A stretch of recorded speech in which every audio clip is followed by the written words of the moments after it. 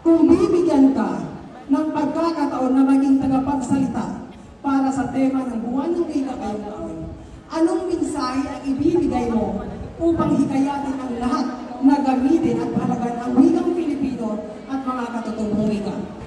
Maraming salamat sa inyong pagtanong, Pinoon. Ang aking magiging mensahe ay ang ating wika ay ating dangal. Ito ang ating lakas at ugat ng bawat Pilipino. Gamitin, mahalin, at ipapana natin sa susunod na sanay. Yun lamang po. Maraming salamat. Kung bibigyan ka ng kapangyarihang baguhin ang pananaw ng kabataan sa ating wika, anong malikhain at makabuluhang hakbang ang iyong gagawin at bakit? Maraming salamat sa iyong tanong. Kung ako ang bibigyan ng kapangyarihan na baguhin ang pananaw ng kapwa kong kabataan, ito ay paggagawa ko ng programa at pakikilahok ng aking sarili sa mga tula, sanaysay at sining na gumagamit sa sarili nating wika. Sa pamamagitan nito, naging halimbawa ako ng kapwa kong kabataan na pahalagahan at gamitin natin ang ating sariling wika at ipagmalaki. Yun lamang po at maraming salamat. Paano nakakatulong ang wika sa pagpapanatili ng pagkakaisa at pagkakaunawaan sa kabila ng pagkakaiba-iba ng kultura sa Pilipinas? Maraming salamat sa iyo. Magandang tanong. Sa wika, nagiging posible ang dialogo at pagkikipagkapwa bilang isang Pilipino. Bagamat magkaiba-iba tayo ng tradisyon, sa tulong ng ating sariling wika, mas lalo tayong nagkakaintindihan at nagkakaunawaan at mas lalo tayong nagmamahalan bilang isang Pilipino. At yun lang po. Maraming salamat. Sa iyong palagay, paano nakaapekto ang paglimot sa sariling wika sa pagkakakilanlan at kasaysayan ng isang bansa? Maraming salamat sa tanong.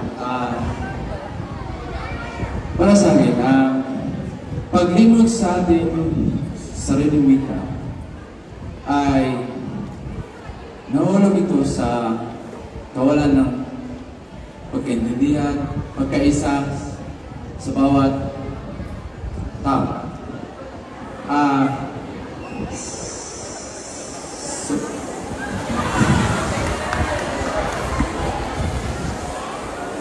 Ang apekto nito sa bansa ay ito'y nakakawala sa ating pagsama-sama. Dahil hindi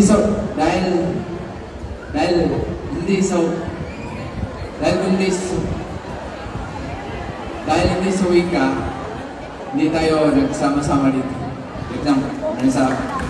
Kung mawawala ang lahat ng wika at tayong isa na lang ang matitira, bakit dapat manatili ang Pilipino? Maraming salamat po sa inyong katanungan, Ginoo.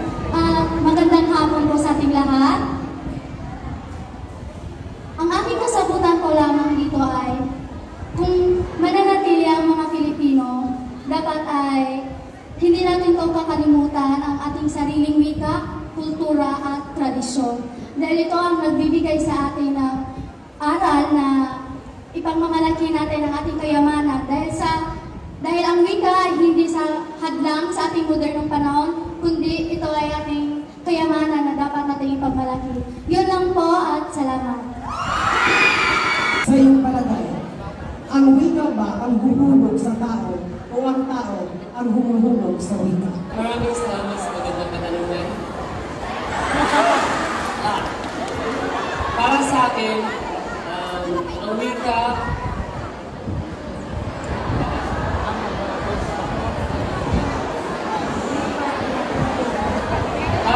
ang wika mahalaga.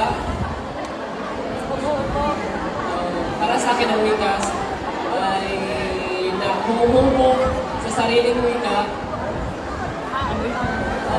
humuhubog sa pagkakaisa at kilos ng mga tao at sa kanilang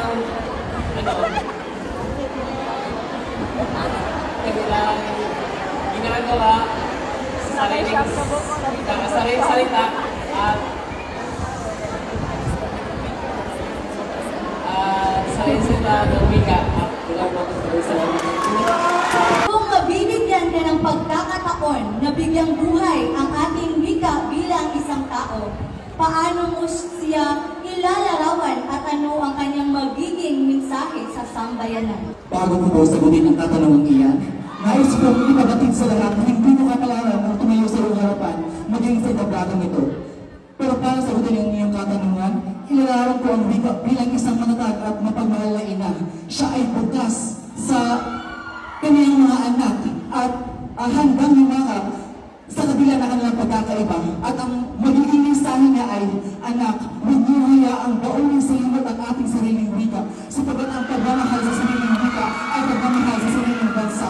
Maraming salamat po. Bakit mahalagang paunlarin at gamitin hindi lamang ang wikang Filipino, kundi pati na rin ang ating mga katutubong wika sa mga bagong panahon? Maraming salamat po sa iyong katanungan. Mahalagang paunlarin ang ating sarili at ang ating sariling wika dahil dito nakapaloob ang ating kasaysayan at kultura. Sa pamamagitan ng pagpapaunlad ng Pilipino at mga kultura at mga katutubong wika, na ipapakita natin na mayaman at makulay ang ating pagkakakilanlan. At yun lamang po, maraming salamat. Ano ang maitutulong mo bilang kabataan upang maisulong ang pagpapahalaga at paglinang sa ating katutubong wika? Maraming salamat sa iyong magandang tanong. Bilang isang kabataan sa modernong panahon, malaki ang maitutulong ko bilang kabataan dahil sa mabilis na pag-usbong ng teknolohiya. Gagamitin ko ang social media upang ipalaganap sa buong mundo o sa Pilipinas lang, upang makamit nila o makikita nila ang ating wika na talagang nakakamangha na dapat nating pagyamanin, ipagmalaki at gamitin. Dahil ang ating wika ay buhay na pag-asa ng bawat Pilipino. Yun lang po. Isang araw, nagising ka na wala nang umiiral na katutubong wika sa bansa. Ano ang unang mawawala sa pagkatao ng Pilipino at bakit? Bago ko sasagutin ang iyong katanungan, magandang bini-bini, gusto ko munang bumati ng magandang hapon sa ating lahat.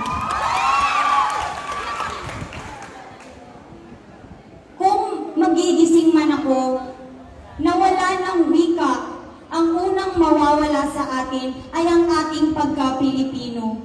Dahil ang ating wika ang nagbibigay sa atin ng buhay